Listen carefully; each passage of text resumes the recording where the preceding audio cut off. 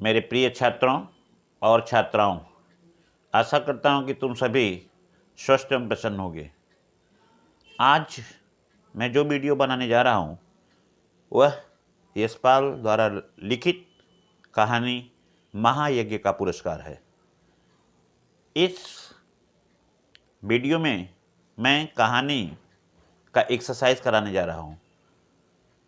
यह कहानी का एक्सरसाइज पार्ट नंबर 2 है। इसका पहला पार्ट इसके पहले मैंने वीडियो में भेज चुका हूं। यदि तुम्हें देखना होगा तो लिंक डिस्क्रिप्शन में है। तो मैं अब कहानी का दूसरा पार्ट एक्सरसाइज का कराने जा रहा हूं। पेज नंबर 17 साहित्य सागर को देखोगे। यहाँ पे लिखा हुआ है, सेठ ने आद्योपरांत सारी कथा सुनाई।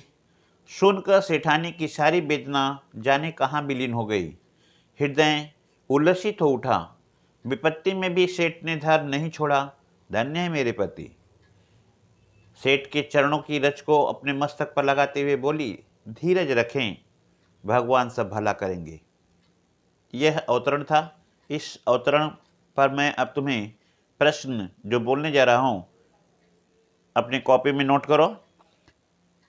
प्रश्न नंबर पहला है, आद्योपांत से क्या तात्पर्य है?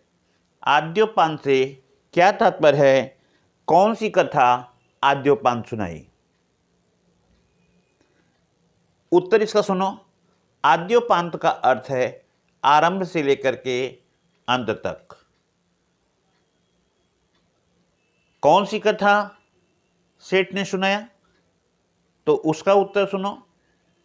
सेठ किस तरह से अपने यज्ञ को बेचने के लिए धन्ना सेठ के घर पहुंचे। बीच में उन्होंने विश्राम करने के लिए एक घनी छाया के नीचे बैठे। उन्होंने देखा कि एक कुत्ता छटपटा रहा था। उसे अपने लिए हुए चारों रोटियों को खिला करके, अपना स्वयं पानी पी करके और धन्ना सेठ के घर पहुंच गए। धन्ना के सेठ के घर पहुंचते पहुंचते उन्हें रात हो चुकी थी। संध्या समाप्त हो चुका था। रात आरंभ होने वाली थी। धन्ना सेठ ने सेठ जी का स्वागत किया और उनसे उनके आने का कारण पूछा। सेठ ने कहा कि वह इस समय विपदग्रस्त हैं, इसलिए वह अपने एक यज्ञ को उनके पास बेचने आए हैं। उनकी पत्नी उस बात को सुन रही थी। वह घर से निकल करके बाहर आई और उन्होंने सेठ से कहा कि सेठ जी, यदि आप अपना महायज्ञ बेचना चाहते हैं तो मैं उसे खरीदने के लिए तैयार हूं। आप पैसा जितना भी मांगे। सेठ जी ने कहा, मैं तो वर्षों पहले महायज्ञ किया ही नहीं, तो यज्ञ महायज्ञ कैसे है? सेठानी ने बताया कि आज रास्ते में एक भूखे कुत्ते को जो अपनी 4 रोटियां खिला दी, वही उनका महायज्ञ हो गया। क्योंकि सेठ स्वयं भूखे थे, लेकिन उन्होंने उस भूखे कुत्ते को रोटियां खिलाकर मानवोचित कर्तव्य का पालन किया, इसलिए वह महायज्ञ हुआ। यदि वह बेचना चाहे तो बेच दें, उन्हें उनके मनचाहे पैसे मिल सकते हैं। सेठ ने सोचा, भूखे को भोजन देना तो यह मानवोचित गुण होता ही है, उसे बेचने की क्या जरूरत है। इसलिए सेठ जी बिना कुछ बोले वहाँ से अपनी पोटली उठाए और चले आए। रास्ते में उन्हें रात हो गई, इसलिए किसी एक धर्मशाला में रुक करके उन्होंने रात गवाई और दूसरे दिन संध्या होते होते वह अपनी सेठानी के पास पहुँचे। पहले तो सेठानी निराश हो गई, लेकिन जब इस कथा को, इस कहानी को सेठ ने उन्हें बताया तो सेठानी बड़ी प्रसन्न हुई। ऐसा लग रहा था जैसे उनकी सारी वेदना, उनका सारा कष्ट न जाने कहाँ विलीन हो गया। उनका मन प्रसन्न हो गया और उन्होंने यह समझा कि उनके पति सेठ विपत्ति में भी अपने धर्म को नहीं छोड़ा, धन्य है उनके पति। और इस तरह से उन्होंने सेठ के पैरों में लगे हुए रज या धूल को अपने मांग के सिंदूर में लगा करके अपने को धन्य समझी। और इस तरह से उन्होंने सेठ को कहा कि आप धीरज रखें, भगवान सब भला करेंगे। तो इस तरह से ये जो छोटी सी संक्षिप्त घटना थी, यही घटना जो है उनकी आद्योपरांत कहानी थी। अब तीसरा है इसके अंदर क्वेश्चन नंबर नेक्स्ट है, यह कथा सुनकर सेठानी पर क्या प्रभाव पड़ा। यह कथा सुन करके सेठानी बड़ी खुश हुई। वह समझी कि सेठ जी अपना मानवोचित गुण प्रकट किया, कुत्ते को भूखे देख करके रोटियां खिलाई, यह बहुत ही बढ़िया काम किया, यह तो करना ही चाहिए। यह सोच करके सेठानी बहुत खुश हुई और उन्होंने अपने पति को यह कहते हुए कि आप धन्य हैं कि आप अपने इस मुसीबत के समय पे भी धैर्य को नहीं छोड़े, और आपकी पत्नी होने के नातकारे मेरा भी धन्य भाग है कि जो मैं आपकी पत्नी हूँ। और उन्होंने उनके पैरों की रज को अर्थात धूल को लेकर के अपने मांग में लगा लिया और अपने को धन्य समझी। तो इस तरह से यह कथा सुनकर के सेठानी पर जो प्रभाव पड़ा वह इस तरह था। अब प्रश्न नंबर 3 है, दिया जलाते समय क्या घटना घटी। प्रश्न नंबर 3, दिया जलाते समय क्या घटना घटी। रात का अंधकार फैलता जा रहा था। सेठानी ने सोचा दीपक जला दें, इसलिए दीपक जलाने के लिए जब वह जाने लगी तो दलान में एक पत्थर उठा हुआ था, जिसके कारण से उनके पैरों में ठोकर लगी। उन्होंने सोचा कि यहाँ अभी तक तो कोई पत्थर नहीं था, यह अचानक पत्थर कहाँ से आ गई। फिर उन्होंने सेठ को बुलाया, देखिए तो यह पत्थर कहाँ से आ गया। सेठ जी पत्थर को देखने के लिए आए। सेठानी ने दिया जला करके लाई तो देखा कि पत्थर उठा हुआ था, पत्थर में एक कुंडा हुआ लगा था, और जो पकड़ने के काबिल था, सेठ ने उस कुंडे को पकड़ करके जब उठा दिया तो देखा वहाँ पे एक सीढ़ी बनी हुई थी, जिससे कि तहखाने में जाया जा सकता है। अब इसके बाद है चौथा क्वेश्चन, सेठ सेठानी नीचे तहखाने में उतरे तो उन्होंने क्या देखा। सेठ और सेठानी जब कुंदे को उठा करके देखा तो वहाँ एक सीढ़ी उनको दिखाई दिया।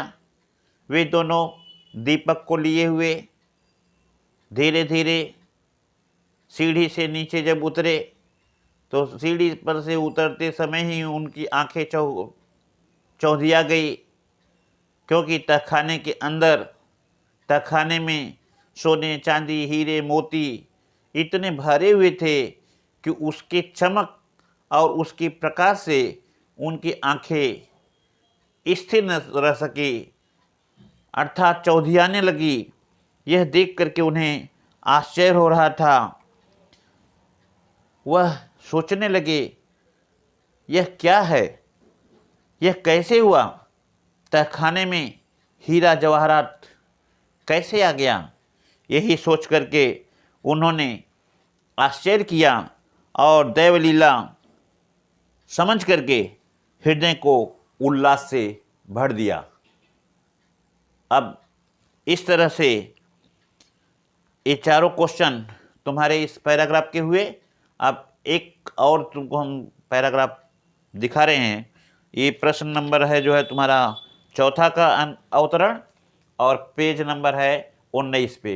देखोगे देव की इस माया का रहस्य उनकी समझ में नहीं आया। दोनों निस्तब्ध खड़े थे। तभी अदृश्य पर स्पष्ट स्वर में उन्हें सुनाई दिया, ओ सेठ, स्वयं भूखे रह करके अपना कर्तव्य मानकर प्रसन्न चित्त तुमने मरणासन्न कुत्ते को 4 रोटियां खिला करके उसकी जान बचाई। यह महायज्ञ का पुरस्कार तुम्हारे लिए है। अब इस पे पहला प्रश्न देखो, देव की इस माया का रहस्य उनकी समझ में नहीं आया। वे दोनों कौन थे, किस माया का रहस्य उनकी समझ में नहीं आया। पहला प्रश्न ध्यान से देखो, वे दोनों कौन थे, किस माया का रहस्य उनकी समझ में नहीं आया। तो वे दोनों सेठ और सेठानी थे, जिनके बुरे दिन आए हुए थे। यज्ञ बेचने के लिए धन्ना सेठ के पास गए और बिना यज्ञ बेचे वहाँ से वापस आए। तो यह पति पत्नी सेठ सेठानी वे दोनों थे। किस माया का रहस्य उनकी समझ में नहीं आया, तो हम बोलेंगे कि जब उन्होंने तहखाने में हीरा जवाहरात मोतियों से भरे हुए प्रकाश से चमकते हुए देखा, तो उन्हें ईश्वर की माया के रहस्य को समझ में नहीं आया कि ऐसा कैसे हो गया, क्योंकि आज तक तो उन्होंने कभी ऐसा देखा नहीं था। वह अवाक रह गए। इस माया का रहस्य उनकी समझ में नहीं आया कि वे इस तरह से कैसे इस हीरे मोतियों को देख रहे हैं। प्रश्न नंबर 2 होगा, किस वाणी को सुन करके वे कृतकृत्य हो गए, फिर उन्होंने क्या किया। ध्यान देना, प्रश्न फिर से एक बार देख लो। किस वाणी को सुनकर वे कृतकृत्य हो गए, फिर उन्होंने क्या किया। तहखाने में आई हुई अदृश्य देववाणी को सुनकर के सेठ और सेठानी दोनों ही कृतकृत्य हो गए।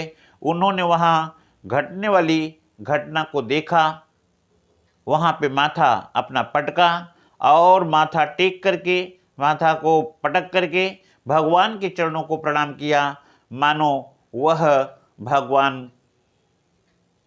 पर अपनी कृतज्ञता को दिखा रहे हैं।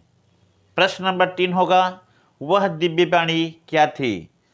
वह दिव्य वाणी क्या थी, तो वह ध्यान देना, जब सेठ और सेठानी सीढ़ी पर उतर करके तहखाने तक पहुँचे तो उन्होंने जवाहरातों से भरे हुए तहखाने को देखा, जिसमें से प्रकाश निकल रही थी, उनकी आंखें चमक रही थी। उन्होंने इस देवमाया को नहीं समझ सके, आश्चर्यचकित होकर के वह उसे देख रहे थे। उसी समय देववाणी हुई, ओ सेठ, तुमने भूखे रह करके उस छटपटाते हुए मरणासन कुत्ते को अपनी 4 रोटियां खिला करके तुमने अपना जो मानवोचित गुण प्रकट किया वह महायज्ञ था। और यज्ञ को न बेच करके इस तरह के मानवोचित गुण को, जिसे सेठानी ने कहा था कि यह महायज्ञ है, तुमने उस महायज्ञ को अपना मानवोचित गुण समझ करके नहीं बेचा, इसीलिए यह उस महायज्ञ का पुरस्कार, यह सब तुम्हारे लिए है। प्रश्न नंबर 4 है, क्या यह उनके आदर्श और धर्मपरायण का फल था। कहेंगे हाँ, यह सेठ के धर्मपरायण, विनम्रता, दयाशीलता, दानवीरता का परिणाम था, क्योंकि सेठ आजीवन हमेशा अपने द्वार पर आए हुए याचक या अतिथि को मन प्रसन्न करके भेजते थे। कोई भी उनके द्वार से कभी भूखा न गया, कभी बिना उनसे प्राप्त हुए अपने मन चाहे वस्तुओं को नहीं लिया, ऐसी बात नहीं थी। वह सदैव सबको प्रसन्न करते हुए उसके मन चाहे वस्तुओं को देकर के भेजा करते थे। इस तरह से धर्मपरायण सेठ सर्वदा सभी याचकों या अतिथियों की मन से प्रसन्नता से सेवा करते थे। वह अपना मानवोचित गुण समझते थे, और इस तरह से हम कह सकते हैं कि यह सेठ का आदर्श और धर्मपरायणता का फल था, जो महायज्ञ के पुरस्कार के रूप में तहखाने से भरे हुए हीरे जवाहरात दिखाई दे रहे थे, और देववाणी में उनको बताया गया कि वह सब उनके महायज्ञ के पुरस्कार का फल है उनके लिए है। तो फिर मैं यहीं पे अब तुम सभी को विराम देता हूँ और धन्यवाद देते हुए मैं तुम सभी से यह कहना चाहता हूँ कि प्रश्न उत्तर को लिख करके अपने कॉपी में बना लेना और कोशिश करना कि जनवरी के महीने में तुम लोग कॉपी को जमा कर देना, जिससे कि कॉपी चेक हो सके। तो इस बात पर ध्यान देना और अब यहीं पे मैं तुम लोगों को धन्यवाद देते हुए बंद करता हूँ।